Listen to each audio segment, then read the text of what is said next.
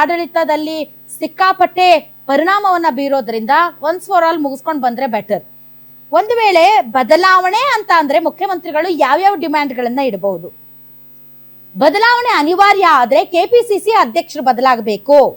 ಒಂದು ಅಹಿಂದ ಸಂಘಟನೆಗೆ ಕೊಡಿ, ಇಲ್ಲದೆ ಇದ್ರೆ ಲಿಂಗಾಯತ ಮುಖಂಡರಿಗೆ ಕೊಡಿ.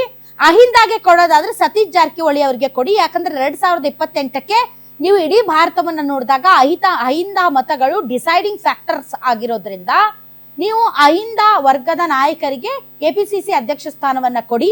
ಸತೀಶ್ ಜಾರಕಿಹೊಳಿ ಅವ್ರನ್ನ ಮಾಡಿ.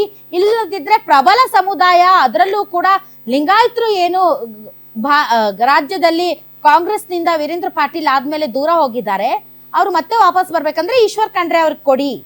ಅಷ್ಟೇ ಅಲ್ಲ, 4 ಉಪಮುಖ್ಯಮಂತ್ರಿ ಹುದ್ದೆಯನ್ನ ಸೃಷ್ಟಿಸಬೇಕು. ದಲಿತ ಸಿಎಂ ಕೋಟಾದಲ್ಲಿ ನಾನು ಹೇಳ್ದವ್ರೆ ಸಿಎಂ ಆಗ್ಬೇಕು. ಡಿ.ಕೆ. ಶಿವಕುಮಾರ್ ಅವರು ಸಿಎಂ ಆದ್ರೆ 4 ಉಪಮುಖ್ಯಮಂತ್ರಿಗಳ ಹುದ್ದೆಯನ್ನ ಸೃಷ್ಟಿ ಮಾಡಬೇಕು. ಅದರಲ್ಲಿ ಕುರುಬ, ಲಿಂಗಾಯತ, ದಲಿತ ಮತ್ತು ಮುಸಲ್ಮಾನರಿಗೆ DCM ಹುದ್ದೆ ಕೊಡಬೇಕು. ಹೊಡೆದ್ರಲ್ಲ ಜಮೀರ್ ಅಹಮದ್ ಖಾನ್ ಚಾನ್ಸು. ಹಂಗಾದ್ರೆ